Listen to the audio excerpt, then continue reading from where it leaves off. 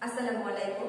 কিশোরগঞ্জ জেলা ideal school কর্তৃক আয়োজিত কেজেড আইএস হোম স্কুলের অনলাইন ক্লাসে 2021 শিক্ষাবর্ষে নবম দশম শ্রেণীর সকল শিক্ষার্থীদের স্বাগত জানিয়ে শুরু করছি আমি তন্দ্রারানী সাহা, সহকারী শিক্ষক, বাংলাদেশ ও বিশ্ব পরিচয়।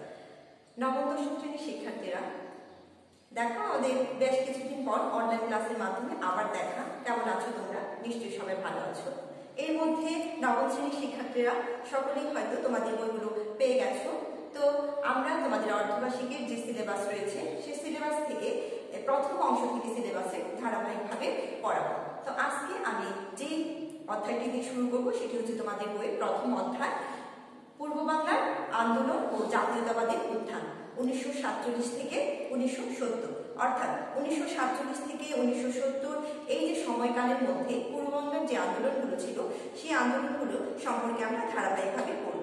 তবে আজকে যে টপিকটি পড়ব সেটা হচ্ছে যে ভাষা আন্দোলন, ভাষা আন্দোলনের গুরুত্ব এবং বাঙালি জাতীয়তাবাদের উত্থানে ভাষা আন্দোলনের যে গুরুত্বটুকু রয়েছে, কিভাবে বাঙালি জাতীয়তাবাদের উত্থান হয় বা বাঙালি জাতীয়তাবাদের উন্মেষ ঘটে সেই বিষয়গুলো নিয়ে আলোচনা করব।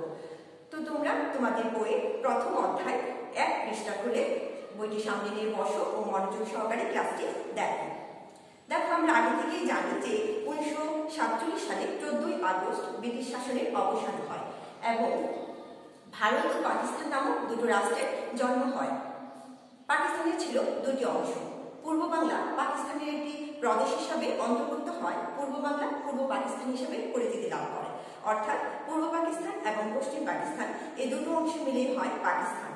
তো পাকিস্তান সৃষ্টির সূচনা লগ্ন থেকে পাকিস্তানের যে শাসন ক্ষমতা বা শাসনভার সেটা পশ্চিম পাকিস্তানিদের হাতেই কেন্দ্রীভূত ছিল এবং ধীরে ধীরে তারা বাংলার ভাষা, ইতিহাস, ঐতিহ্য, সংস্কৃতি, অর্থনীতি, সমাজ ব্যবস্থা প্রভৃতি সকল ক্ষেত্রে তারা নিজেদের করায়ত্ত করতে সৃষ্টি করে। সবগুলো ক্ষেত্রে নিজেদের করায়ত্ত করতে থাকে এবং একটা বৈষম্য সৃষ্টি হয়। পূর্ব বাংলার জনগণ এই বৈষম্যের বিরুদ্ধে তীব্র আন্দোলন এবং প্রতিবাদ করে তোলে। একটা সময় তারা আমাদের মাতৃভাষাকে কেড়ে নেওয়ার চেষ্টা করে এবং তারা যে মাতৃভাষাকে এনে নিতে চেষ্টা করে এর বিরুদ্ধে প্রতিবাদ করে যে ভাষা আন্দোলনটি হয়েছিল সেটাই হচ্ছে যে ভাষা আন্দোলন। তো এই ভাষা আন্দোলনটি সংগঠিত হয়েছিল আমরা জানি 1952 সালে। কিন্তু এই ভাষা আন্দোলনের যে সূচনা সেটা কিন্তু অনেক ভাষা নিয়ে যে বিতর্ক সেটা শুরু হয়েছিল অনেক আগে থেকে। আমরা দেখি যে 1937 সালে মোহাম্মদ আলী জিন্নাহ যে মুসলিম লীগের দাপ্তরিক ভাষা উর্দু করার জন্য প্রস্তাব করেন, আবার এর বিরুদ্ধে প্রতিবাদ করেন বাংলার বা শের বাংলাকে ফজলুল হক। তার মানে আমরা দেখতে পাচ্ছি যে 1952 সালে ভাষা আন্দোলন হয়েছিল, কিন্তু ভাষা নিয়ে বিতর্ক সেটা কিন্তু শুরু হয়েছিল অনেক আগে থেকে। তো আমরা দেখি যে 1947 সালে চৌধুরী খলিকুজ্জামান ভাষা পাকিস্তানের রাষ্ট্রভাষা করার জন্য উর্দুকে উনি প্রস্তাব করেন। সাথে আলিগড় বিশ্ববিদ্যালয়ের উপাচার্য ডক্টর জহিরুদ্দিন আহমেদ উনিও প্রস্তাব করেন যে রাষ্ট্রভাষা হোক পাকিস্তানের উর্দু। কিন্তু তখন থেকেই কিন্তু পূর্ব বাংলার জনগণ এর বিরুদ্ধে প্রতিবাদ করে আন্দোলন সংগ্রাম গড়ে তোলার চেষ্টা করতে থাকে। আর ভাষা আন্দোলনকে কেন্দ্র করে প্রথম যে সাংস্কৃতিক একটি সংগঠন গড়ে উঠেছিল সেটা হচ্ছে তমদ্দুন মজলিস। তমদ্দুন মজলিস 2রা সেপ্টেম্বর 1948 সালে গঠিত হয় এবং তারা ভাষার দাবিতে আন্দোলন করতে থাকে। একটা সময় দেখা যায় যে 1948 সালে 25শে ফেব্রুয়ারি ধীরেন্দ্রনাথ দত্ত পাকিস্তানের গণপরিষদের সদস্য, তিনি পাকিস্তানের গণপরিষদের ভাষা হিসেবে ইংরেজি এবং উর্দুর পাশাপাশি বাংলাকে ব্যবহারের দাবি জানান। তো দেখা যায় যে ভাষা আন্দোলনের জন্য ভাষার বিরুদ্ধে যে বাংলা ভাষাকে নেওয়ার একটা চেষ্টা বা অপচেষ্টা সেটা যে পাকিস্তান সৃষ্টির আগে থেকেই শুরু হয়েছিল এবং সেটা পাকিস্তান হওয়ার পরেও সেটা চলতে থাকে। তো আমরা দেখি এই ভাষা আন্দোলন কি করলো, বাঙালিদেরকে একটা নিজস্ব সংস্কৃতি, নিজস্ব ঐতিহ্য, তারপর নিজস্ব ইতিহাসের মাধ্যমে একটা এবং নিজস্ব জাতিগত পরিচয়ের মাধ্যমে একটা ঐক্যবদ্ধতা সৃষ্টি করলো পূর্ব বাংলার জনগণের মধ্যে। এই ঐক্যবদ্ধতাই হচ্ছে বাঙালি জাতীয়তাবাদ। আর এই বাঙালি জাতীয়তাবাদের উপর ভিত্তি করেই কিন্তু পূর্ব বাংলার পরবর্তী আন্দোলনগুলো পরপর সংগঠিত হয় এবং সবশেষে আমরা একটি স্বাধীন সার্বভৌম রাষ্ট্র হিসেবে বাংলাদেশকে পাই। তো চলো আমরা ভাষা আন্দোলন সম্পর্কে আরো বিস্তারিত জানতে হবে। ভাষা আন্দোলনের পটভূমি ও ভাষা আন্দোলন। 1948 সালে 19শে মার্চ পাকিস্তানের গভর্নর জেনারেল মোহাম্মদ আলী জিন্নাহ ঢাকায় আসেন।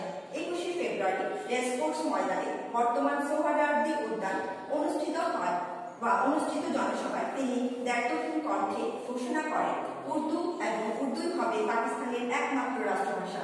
24শে মার্চ ঢাকা বিশ্ববিদ্যালয়ের সমাবর্তনেও তিনি অনুরূপ ঘোষণা দিলে ছাত্র সমাজ প্রতিবাদ মুখর হয়ে ওঠে এবং না না বলে তার উক্তি প্রতিবাদ জানায়।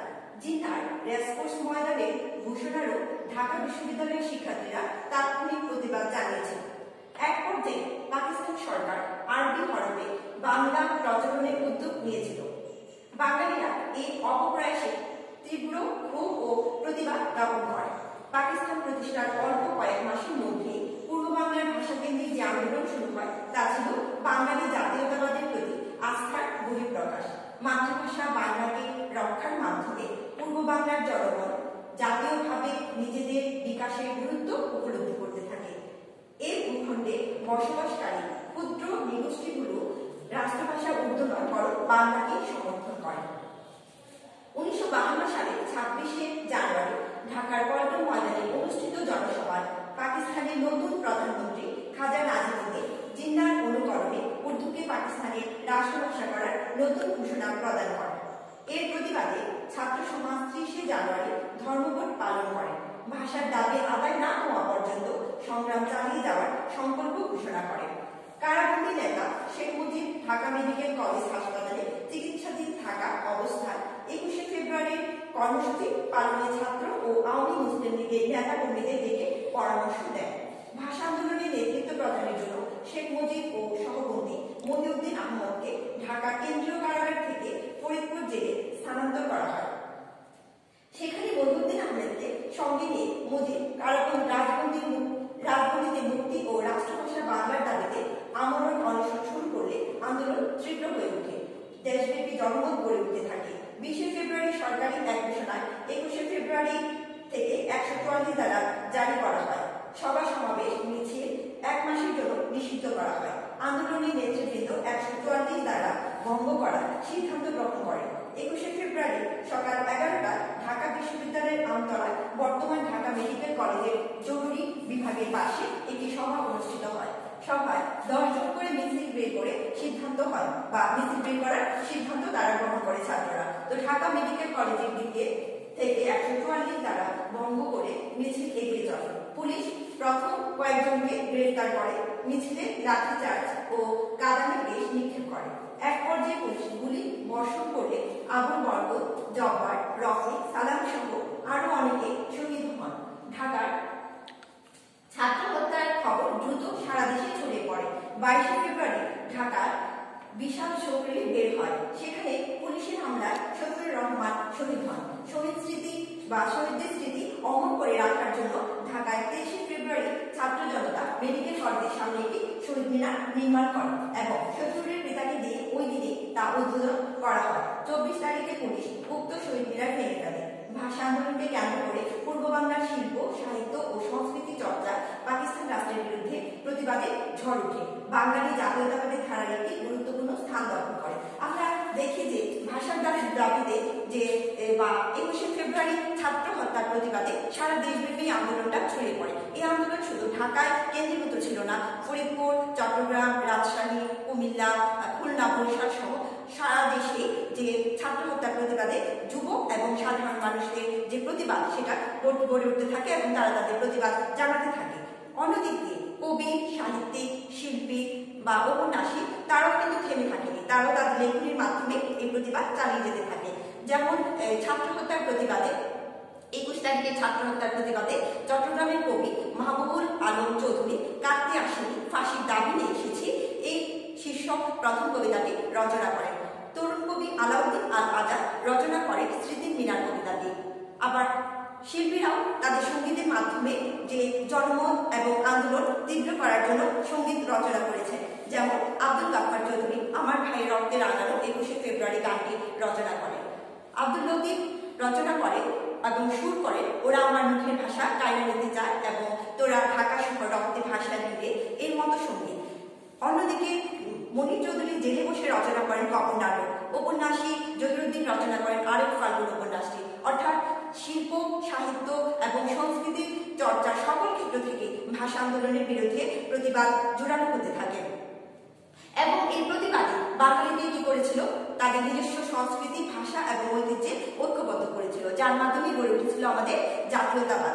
তো দেখো, জাতীয়তাবাদের উন্মেষ 1952 সালে 21শে ফেব্রুয়ারি ভাষা আন্দোলনের ফলে 1956 সালে পাকিস্তানের সংবিধানে বাংলা ভাষাকে পাকিস্তানের অন্যতম রাষ্ট্রভাষা হিসেবে অন্তর্ভুক্ত করা হয়। অর্থাৎ বাঙালিরা নিজের আন্দোলন করে মানে ঐক্যবদ্ধ হয়, ভাষা আন্দোলনকে কেন্দ্র করে আন্দোলন করে ঐক্যবদ্ধ হয় এবং ঐক্যবদ্ধ হয়ে আন্দোলন চালিয়ে যায় এবং শেষ পর্যন্ত সফলতাও আসে। এটা তাদের অন্যান্য সকল আন্দোলনের অনুপ্রেরণা দিয়েছিল। নিজেদের ইতিহাস, ঐতিহ্য, ভাষা ও সংস্কৃতি নিয়ে পূর্ব বাংলার বাঙালি এবং অন্যান্য জনগোষ্ঠী মাথা উঁচু করে দাঁড়ানোর সাহস ও আত্মপ্রত্যয় খুঁজে পায়। ভাষা আন্দোলনে উজ্জীবিত হয়ে বাঙালি জাতি 66-র 6 দফা, 69-এর গণঅভ্যুত্থান, 70-এর নির্বাচন ও পরবর্তী দীর্ঘ 9 মাস যুদ্ধ করে বাংলাদেশ স্বাধীন করা এসবই ভাষা আন্দোলনের ফল। এটি বাঙালিদের মধ্যে ঐক্য ও স্বাধীনতার চেতনা জাগিয়ে তোলে। বাঙালি জাতীয়তাবাদের বিকাশে ভাষা আন্দোলনের সকলকে ঐক্যবদ্ধ করে। নিজস্ব জাতিসত্তা সৃষ্টিতে ভাষা ও সংস্কৃতির সম্পর্ক এবং গুরুত্ব পূর্ব বাংলার মানুষের কাছে অধিকতর স্পষ্ট হয়ে ওঠে। বাঙালি হিসাবে নিজেদের আত্মপরিচয়, রাজনীতি, অর্থনীতি, শিক্ষা, সংস্কৃতি গড়ে তোলার গুরুত্ব উপলব্ধি করতে থাকে। ভাষাভিত্তিক এই ঐক্যই জাতীয়তাবাদের মূল ভিত্তি রচনা করে, যা পরবর্তী সময়ে স্বাধীন বাংলাদেশ প্রতিষ্ঠায় গুরুত্বপূর্ণ ভূমিকা রাখে। সুতরাং আমরা বলতে পারি বাঙালি জাতীয়তাবাদের উন্মেষে ভাষা আন্দোলনের গুরুত্ব অনবদ্য। তো আজকে আমরা যে আলোচনাটা করেছি তার থেকে তোমরা ভাষা আন্দোলনের পটভূমি, ভাষা আন্দোলন এবং বাঙালি জাতীয়তাবাদের বিকাশে ভাষা আন্দোলনের যে গুরুত্ব সেই জিনিসগুলো নিশ্চয়ই বুঝতে পেরেছো। তো তোমরা এই ভাষা সংক্রান্ত ভাষা আন্দোলন নিয়ে যে বিষয়গুলো আছে সেগুলো বইয়ের 1 থেকে 4 পৃষ্ঠার মধ্যে আছে। তোমরা এই বইটা 1 থেকে 4 পৃষ্ঠা খুব মনোযোগের সাথে পড়বে, আন্ডারলাইন করে করে পড়বে। যে লাইনগুলোতে মনে হচ্ছে জ্ঞানমূলক প্রশ্ন হতে পারে সেই লাইনগুলো তোমরা আন্ডারলাইন করে পড়বে, তাহলে পরবর্তী সময় দেখলেই মনে পড়ে যাবে যে এটা থেকে জ্ঞানমূলক প্রশ্ন হতে পারে। তো তোমরা এই আজকের টপিক থেকে জ্ঞানমূলক প্রশ্ন উত্তরগুলো পড়বে। সবাই ভালো থাকবে, ধন্যবাদ।